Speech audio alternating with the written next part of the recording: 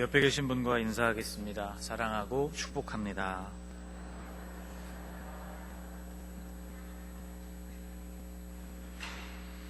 여러분, 깊어가는 가을에 주의 은혜로 강건하시기를 바라고, 오늘 예배를 통하여서 들려주시는 말씀과 또 기도와 예배 전체 순서를 통해서 하나님을 만나시고 경험하는 예배가 되시기를 축복합니다. 오늘 읽어주신 말씀을 보면 십자가를 앞두신 주님께서 감람산으로 가셨고 거기서 기도를 드리신 장면이 기록되어 있습니다. 주님의 기도는 42절 말씀에 의하면 그렇게 복잡한 기도가 아니었습니다. 42절 말씀을 우리 한번 같이 읽겠습니다. 이르시되 아버지여, 만일 아버지의 뜻이거든 이 잔을 내게서 옮기시옵소서. 그러나 내 원대로 마시옵고 아버지의 원대로 되기를 원하나이다 하시니, 하나님 잔을 옮겨주시기를 원합니다. 고난의 잔, 이 쓴 잔, 오늘 찬양대가 아골골자까지 가겠다, 그런 찬송을 불러주셨는데, 사실 우리가 고난을 감당하는 일, 하나님의 뜻을 따라 살아간다는 것은 예수님조차도 쉬운 것이 아니었습니다. 그러므로 주님께서도 그 잔이 내게서부터 옮겨지기를 원한다고 기도하셨던 것이죠.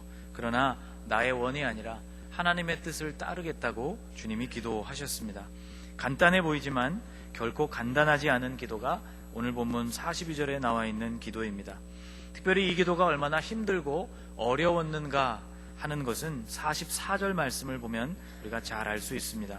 예수께서 힘쓰고 애써 더욱 간절히 기도하시니 땀이 땅에 떨어지는 핏방울같이 되었다고 기록하고 있습니다.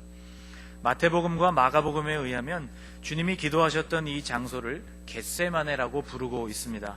겟세마네라는 뜻은 기름을 짜는 틀이라는 뜻을 가진 그런 말입니다.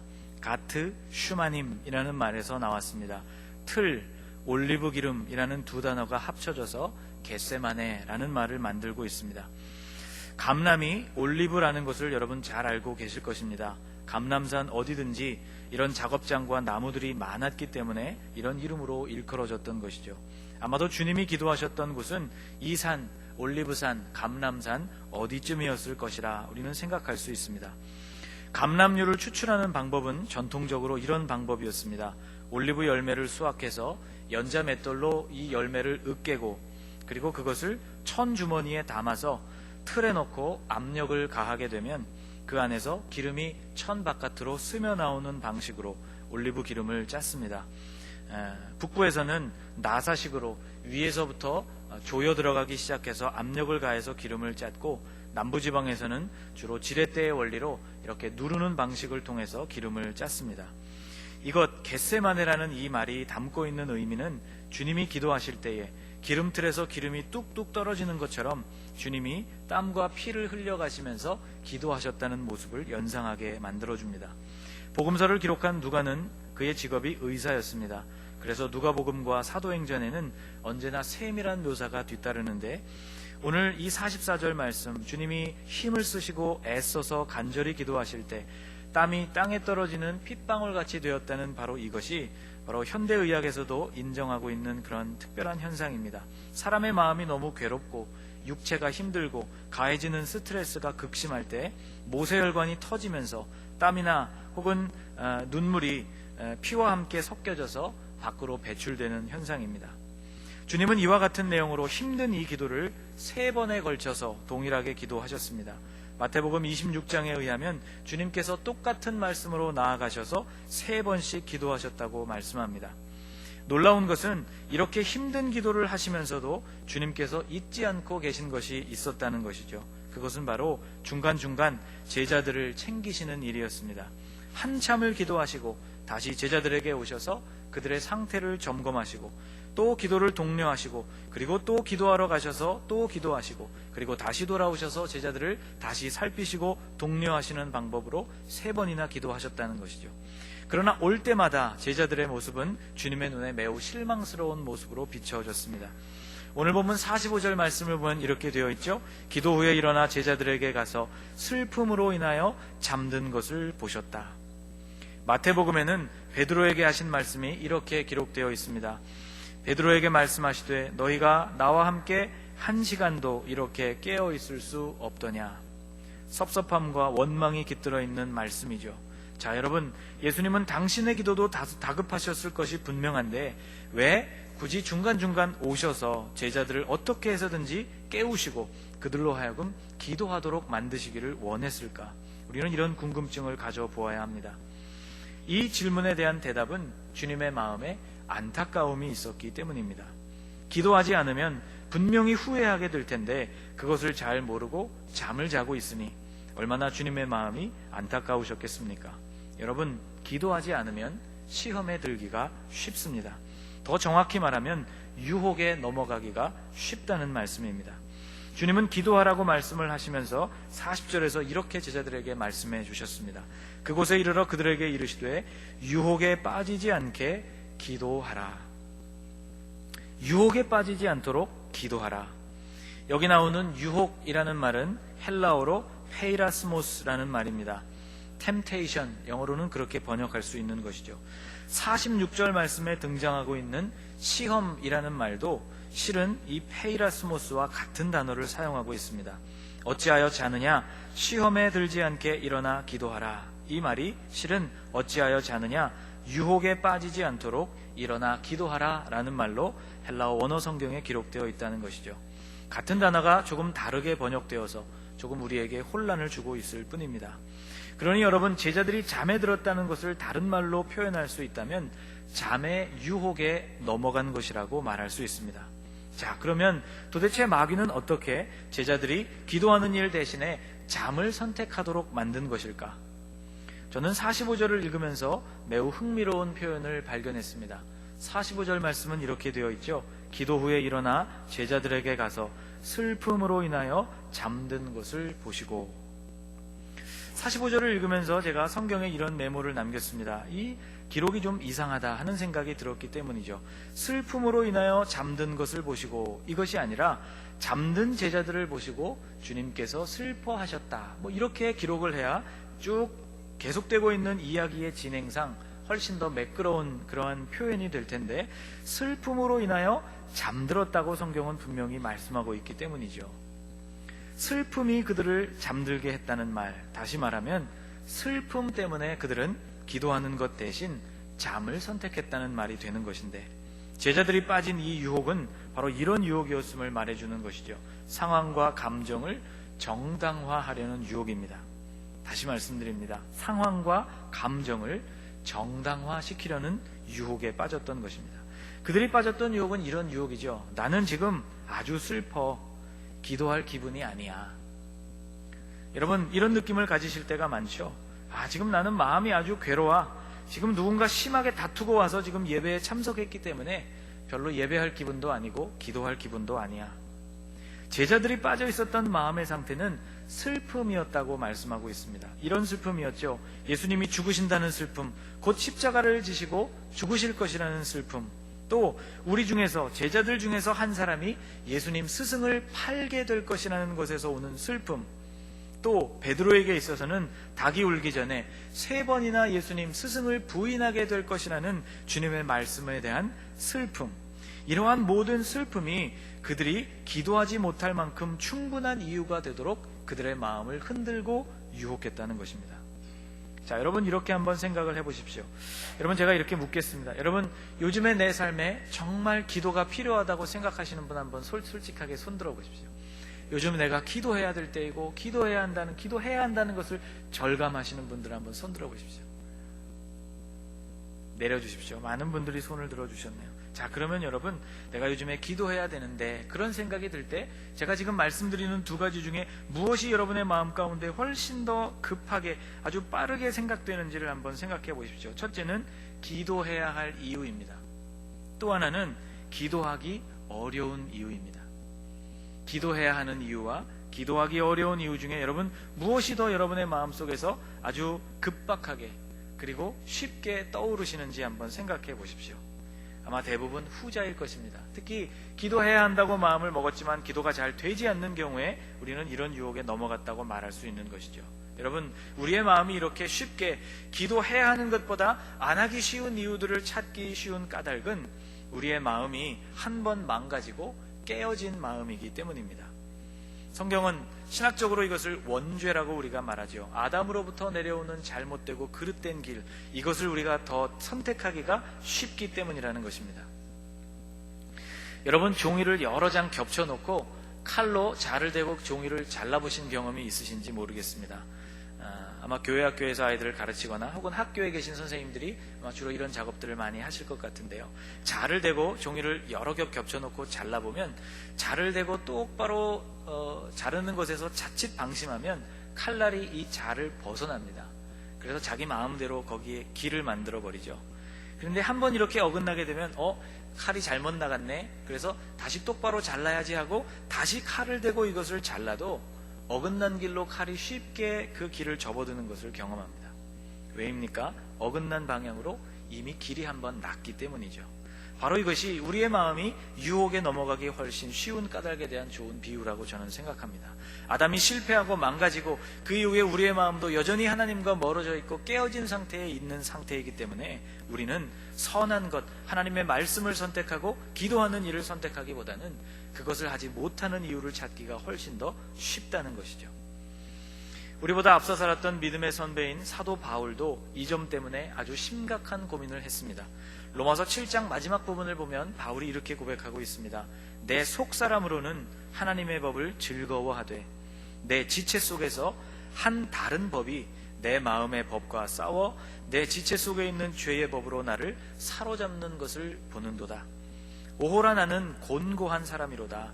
이 사망의 몸에서 누가 나를 건져내랴. 우리 주 예수 그리스도로 말미암아 하나님께 감사하리로다. 그런즉 내 자신이 마음으로는 하나님의 법을, 육신으로는 죄의 법을 섬기노라. 하나님의 법을 따라 살아야 하지만 그것이 마땅한 것이라고 알고 있고 머리로 인정하고 있지만 실제로는 죄의 법으로 훨씬 더 쉽게 어긋나 버리는 자신을 보면서 절망하고 있는 바울의 고백인 것이죠.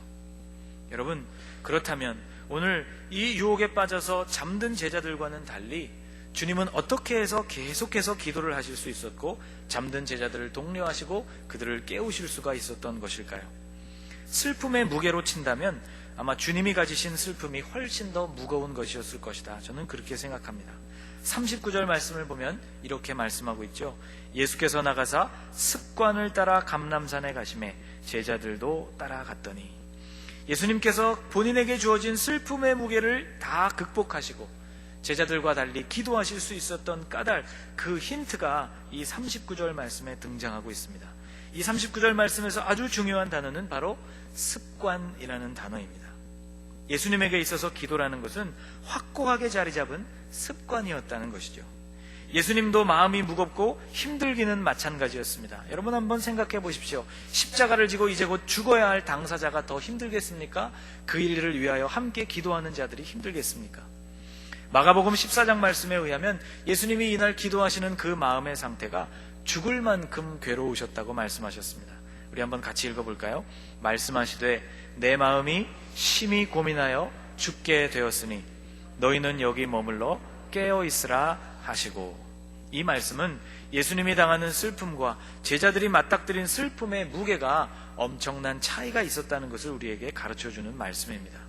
그러나 그 슬픔과 괴로움이 기도를 피하게 만드는 핑계가 예수님께는 되지 않았던 까닭은 철저하게 예수님의 삶에 잡혀져 있었던 기도의 습관 때문이었다는 것이죠. 사랑하는 여러분, 기도가 여러분에게 습관이 되시기를 축복합니다. 이 말은 습관적으로 기도하라, 이 말과는 조금 다른 뉘앙스를 가집니다. 아무런 내용도 없이 중언부언하는 기도를 주님께서도 금하셨죠. 그렇게 할 말 못할 말, 생각도 없이 많은 기도를 하라는 그런 말이 아닙니다. 습관적으로 그렇게 늘 해오던 말대로 그런 상투적인 억구로 기도하는 것, 이것은 습관이 기도가 된 것과는 조금 거리가 멉니다. 기도가 습관이 된다는 말은 기도하는 것이, 기도의 삶이 우리의 몸에 배어있게 된다는 그런 것을 뜻하는 것이죠. 우리말 속담에 이런 속담이 있습니다. 서당께 3년이면 풍어를 읊는다.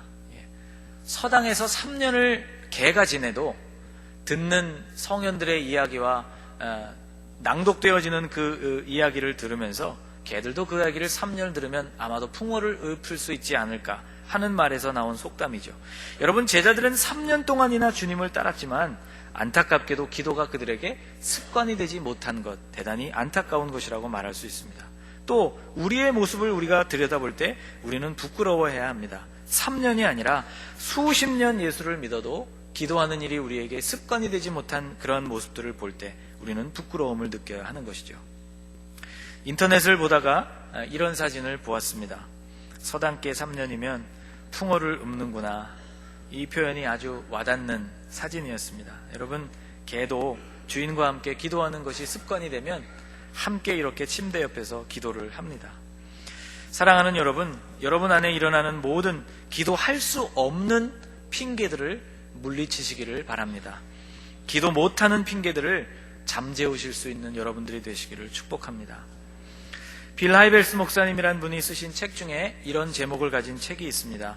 Too busy not to pray. 여기에 to 용법이 쓰였죠. 무슨 영어 공부 시간이 된 것 같은데요. to라는 말은 너무 뭐뭐해서 뭐뭐 할 수 없다, 그런 영어 표현입니다. 예를 들면 I'm too busy to help you, 이렇게 되면 내가 너무 바빠서 너를 도와줄 수가 없구나, 이런 표현이죠. 앞에 것이 뒤에 것의 이유가 됩니다. 뒤에 것을 할 수 없는 이유가 되는 것이죠. 그래서 too busy to pray, 이렇게 말하면 너무 바빠서 기도할 수 없어요, 이런 표현이 되는 것인데, 이 책의 제목에는 not, 부정하는 말이 들어가 있으니 이 말이 거꾸로 뒤집혀지는 것이죠. 그러므로 이 책의 제목은 이런 뜻이 되는 것입니다. 너무 바쁘다고 해서 기도할 수 없는 것은 아닙니다. 여러분, 제목만 봐도 이 책이 무슨 얘기를 하려고 하는지가 잘 보이지 않습니까? 우리에게 이렇게 말하고 있는 것이죠.